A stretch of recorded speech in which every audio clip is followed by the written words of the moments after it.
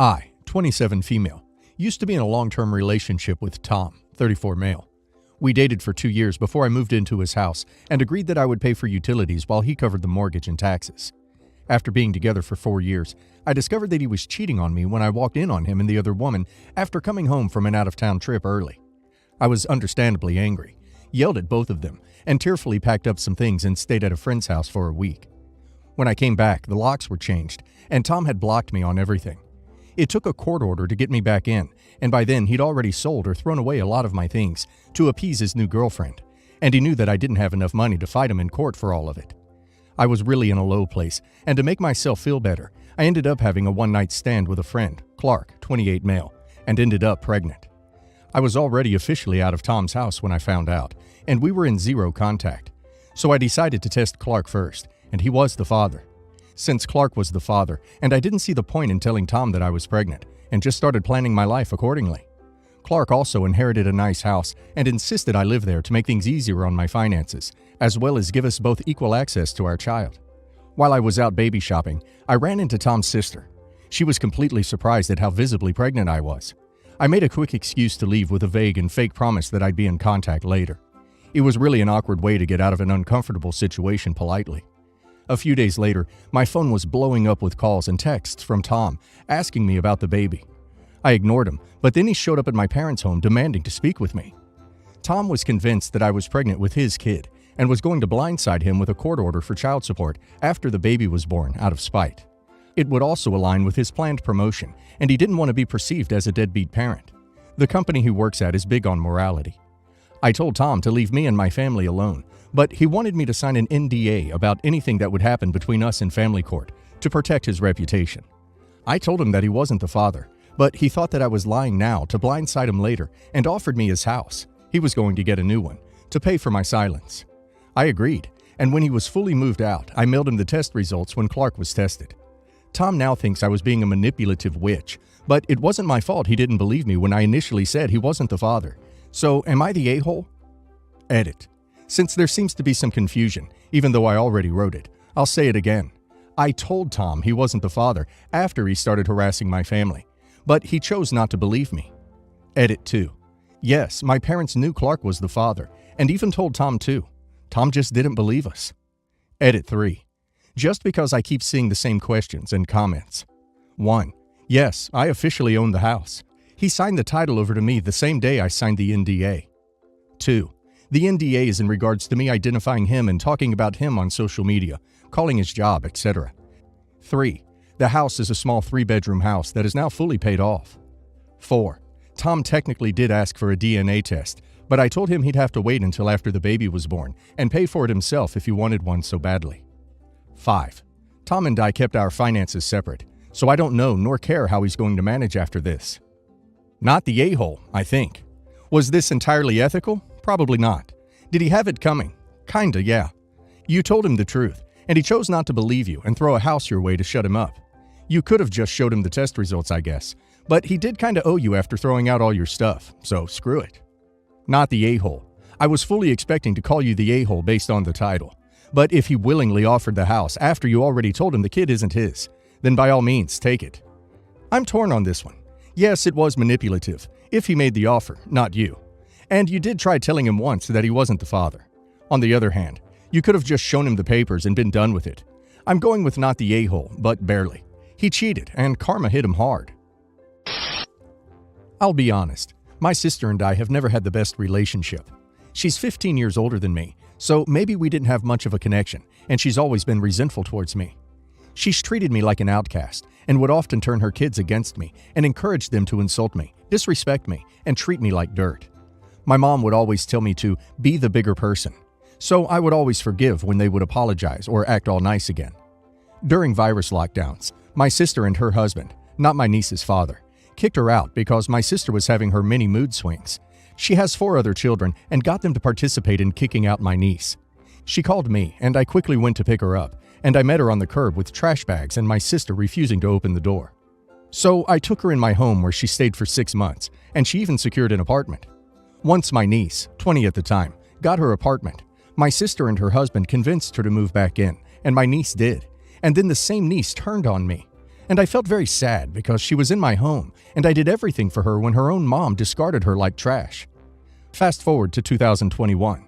She does the same thing with her 16 male son, and he called me, and again, I picked him up and let him stay. At the time, my now husband and I were planning a wedding, and of course, regardless of our differences, there was no way I couldn't invite my sister and her kids. Also, it was in the height of virus restrictions, so we were very limited and the church only accepted close family. When I invited my sister, her and her kids ridiculed me. My sister even said that my attitude is too disgusting to get married. They're not coming because I don't deserve to get married. They even blocked me, except my niece who promised she'll be there and promised to act as a witness. The day of, she didn't show up. No call, no nothing. Thankfully, the photographer was nice enough to be a second witness for us. My mom called my niece asking why she did this. My niece said, "I don't even know what kind of wedding it is. I don't see the point in all this," then hung up. I was broken and in tears. I know my sister put them up to it, but I thought my niece would have risen above it, given all I've done for her when my sister, her mom, did what she did to her. I moved on, but I vowed to never speak to them again. My husband and I are happily married, and we have a new baby and we're thriving. Now my niece has met someone and she's getting married. My mom told me to mark my calendar because we were going. I refused and reminded her of what they did on my wedding. My mom told me to stop living in the past and be the bigger person. I even cried to her, and she gave me a blank stare, then told me that no one thinks about her and that I'll regret my actions when she dies. She says I'm being incredibly selfish and bitter, and she's shocked that I'm not over it. I'm still refusing to go. Am I the a-hole? Not the a-hole. Tell mom you will not go to the wedding. You have been pushed around and taken advantage of by your sister and her family your entire life. You are done with them.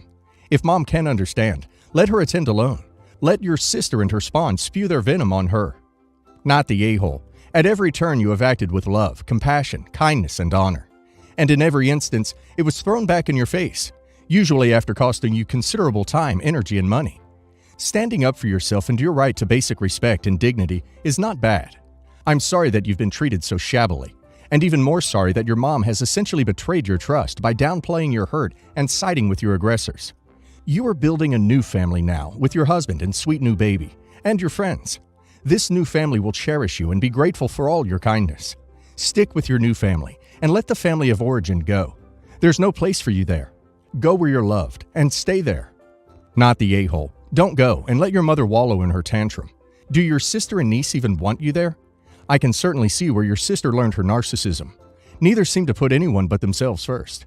Your mother clearly doesn't care about your feelings, your self-respect, or your mental health. She wants to play happy family at your expense. You have a beautiful new family to protect from their verbal and emotional aggressions. Don't feel guilty about staying away from people who aren't capable of healthy relationships. My grandma died recently, and it created a lot of family drama. Basically, everyone expected her to leave their house, land, family heirlooms, and a small amount of money to the 3 siblings, my dad, my aunt, and my uncle. But instead, she left big things to them, but a lot of the smaller sentimental stuff to grandkids, plus about $20,000 per grandkid. But she didn't actually leave it to all the grandkids, only her 3 biological grandkids. The other 5 were just completely left out of anything. I have 2 step-siblings that come from my dad's side, but aren't biologically his, plus a half-brother from my mom's other relationship. My aunt also has 2 formerly foster, now adopted kids, who were also excluded.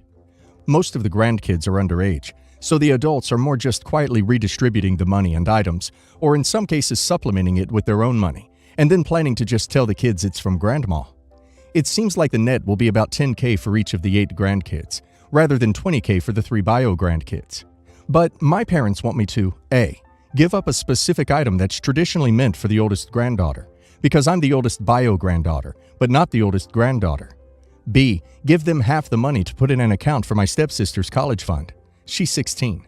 C, promise not to say anything ever so the non-bio kids don't feel bad.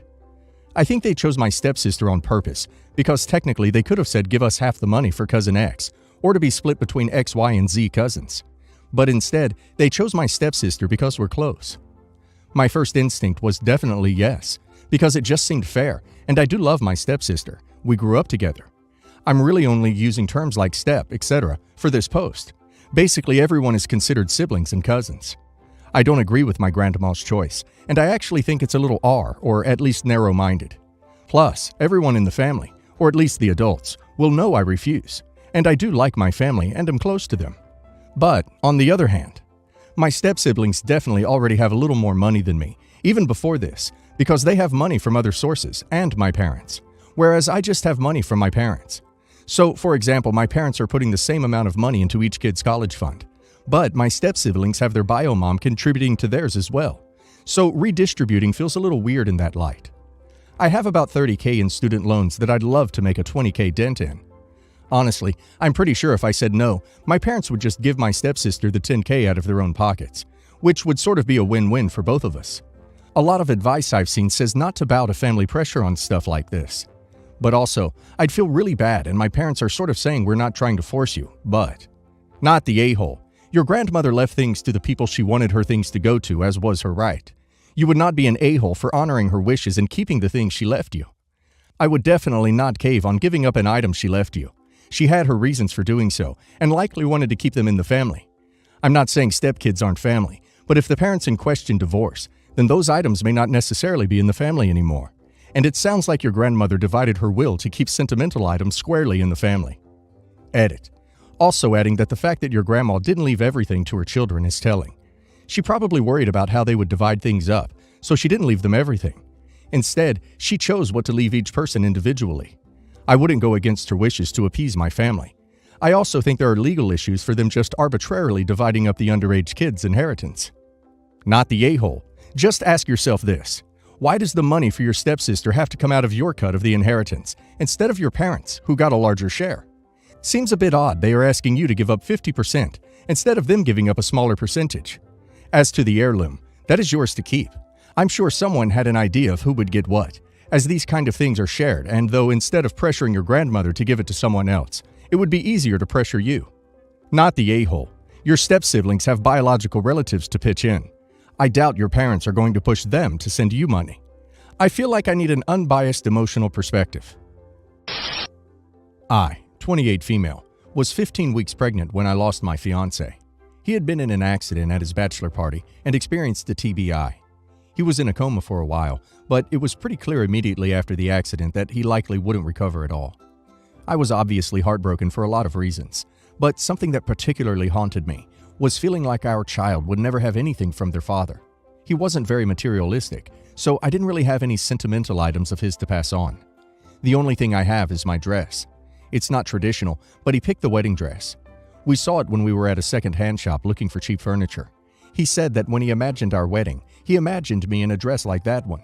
My mother-in-law had it preserved for me after his funeral, and I decided that when my child got old enough, it would be theirs. The baby is a boy. He's 4 now, so I don't think he'll be wearing the dress. But if he does, that's fine. If he gets engaged to someone and that person wants to wear it, I'd be alright with that too. My sister Faith, 25 female, is getting married in the fall. She called me a few days ago and asked if she could be able to wear my dress for her wedding. I explained to her why I wasn't comfortable with letting her use it, as I planned to pass it down to my son since his father chose it. She said that she doubted my son would ever actually wear the thing, and that I'm doing my fiancé an injustice by letting the dress he picked sit in a box collecting dust. I told her again that I wouldn't be letting her borrow it, and then hung up. Our mom called me and said that my sister is hurt because she had her heart set on that dress, and she wanted to share this special moment with me. I said that I'd be willing to go dress shopping with her, and we can have a special moment then.